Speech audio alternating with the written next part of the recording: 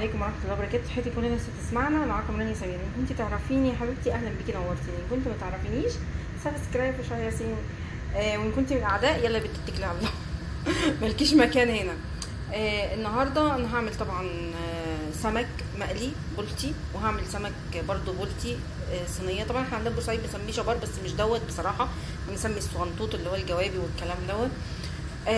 والشبار اللي هو الاصغر من كده شويه، بس هو طبعا هنا مفيش الا هو ده الاحمر، احنا عندنا بورسعيد الاخضر.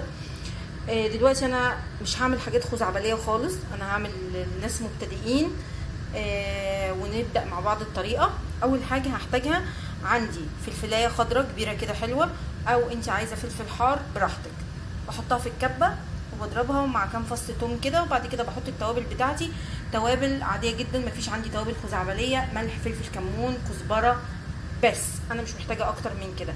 حتى المفروض ان انا احط في التتبيله دي ليمون، بس لو انا هقلي بس، مش لو انا مثلا هعمل جنبها هعمل حاجه صينيه، لان انا بصراحه بحب البولتي جدا في الصينيه.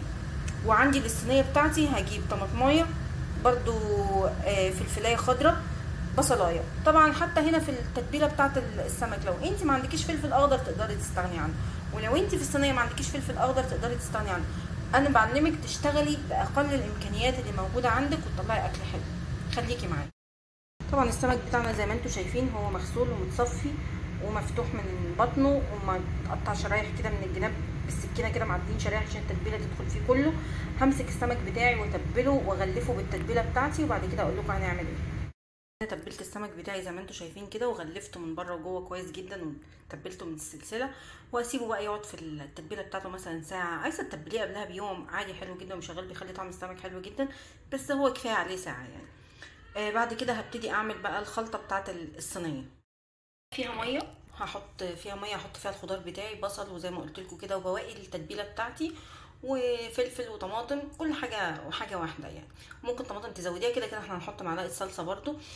بس في ملحوظه هنا، لما تيجي علشان تاخدي صينيه السمك وتبقى السمكه ماسكه نفسها كده، وتيجي تطلعيها تبقى ماسكه نفسها، بلاش تحطي السمك ترصيه في الصينيه وتسقطيه في الصوص، يعني تحطي الصوص من فوق على طول. يعني انا هعمل الصوص في حله لوحده، وهرص السمك بتاعي بعد ما اقليه نص قليه في الصينيه، وبعد كده هنزل عليه بالصوص بتاعي، ياخد غلوه واحده بس، واقوم حاطاه في الفرن 5 دقايق 10 دقايق بالكتير قوي، او اشمعه من فوق بالشوايه، وكده يبقى الطبق بتاعي جاهز. وتاخدي السمك بتاعك يبقى ماسك نفسه، بحيث ان انت عندك عزومه عندك ضيوف، شكل السمك كويس.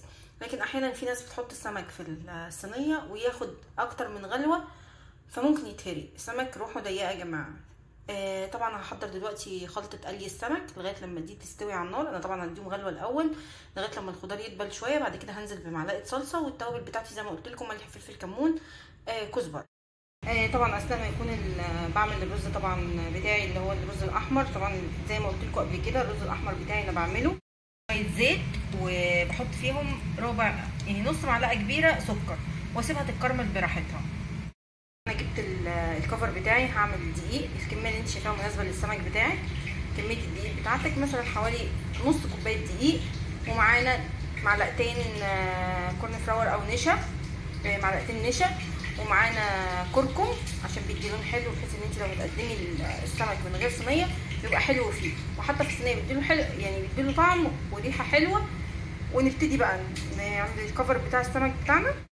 ده شكل الميه بعد ما السكر اتكرمل فيها. طبعا انا دلوقتي حطيت الميه، تخلي بالك وانت بتحطي الميه على اي حاجه فيها كرمله زيت وطبعا وسكر، تكوني من بعيد لبعيد. والاحسن بالنسبه لك لو انت هتعملي الخطوه دي تكوني تطفي النار وتسيبيها تهدى شويه، لان طبعا هي بتعمل دخان جامد جدا وهي بتكرمل. طبعا تطفي النار وتسيبيها تهدى شويه، بعد كده تحطي الميه، وبرده وانت بعيد عشان بتطرطش جامد. خلي بالكم الحته دي كويس جدا، انا متعوده عليها فبخلي بالي. كده بنحط البهارات بتاعتنا العاديه، ملح فلفل كمون كزبره، وبنزود الملح شويه عشان طبعا احنا حاطين سكر، وبنديها غلوه، وبعد كده نبتدي ننزل بالرز. طبعا الرز المصري كوبايتين ميه قصاد كوبايتين رز.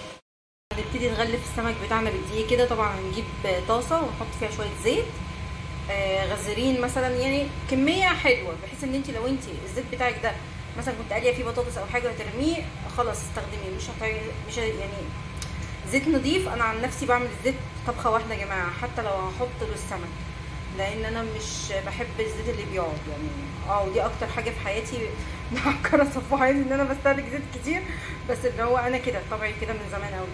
فعندي الزيت، هحط زيت في الطاسه، وطبعا عملت الكفر بتاع السمك بالشكل ده، وهبتدي انزل السمك في الزيت واوريهولك. شويه زيت كده بيبقوا كفايه كده، دول بيعملوا لي السمك حلو، وبيعملوا لي الكفر بتاع السمك حلو، عشان لما يترموا كمان ميبقاش حرام يعني. بحط الزيت كتير قوي، بس اهو زيت معقول بيبقى واخد نص السمكه من تحت، وبسيب السمك يستوي. اول حاجه بحطه على نار عاليه، بعد كده بهدي عليه النار يستوي براحته بقى. الاول حطيت السمكتين اللي هم انا هقليهم نص سوا، مش هقليهم سوا كامل، عشان هدول لسه هحطهم في الصينيه واحطهم في الفرن. السمك وعايزاه حلو وهتقليه بس تاكليه كده مقلي بس، اضغطي عليه بشوكه، دايما خلي السمك وهو في النار اضغطي عليه بشوكه. اول ما تحسي ان السمك اتشمع من اول جهه تقومي مهديه عليه النار شويه، وتقعدي تضغطي عليه بالشوكه كده بحيث ان هو ينزل السوائل اللي فيه ويدخل الزيت جواه ويستوي كويس جدا. بعد كده نقوم قلبينه على الناحيه الثانيه ونعلي النار برده. اول ما يتشمع نفضل نضغط برده ننزل السوائل اللي فيه، هتلاقي السمكه استوت كلها من جوه وبقت جميله جدا. بتخليه محرمط، هتلاقي السمك جسمه بقى يعني ماسك نفسه ومحرمط وجميل. مش ان احنا حاطين فيه نشا عشان القصه دي. هنا بعد ما قلينا السمك بتاعنا نص قليه، بنحط في الصينيه بتاعتنا جزء من التسبيكه اللي احنا عملناها او الصوص اللي احنا عملناه، وبننزل عليه بالسمك كده.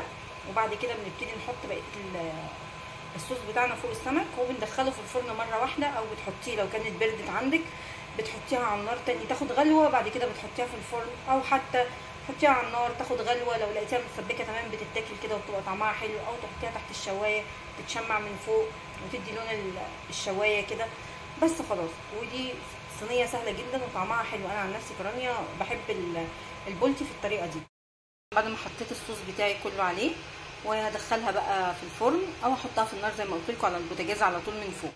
ما كنتش لسه قليت السمكتين التانيين لان مستنيه لما الرز يستوي ولما خلاص تخلص الصينيه بتاعتي، عشان طبعا السمك اللي بيتقلي بيتاكل سخن احسن ما يقعد ويجلد ويبرد.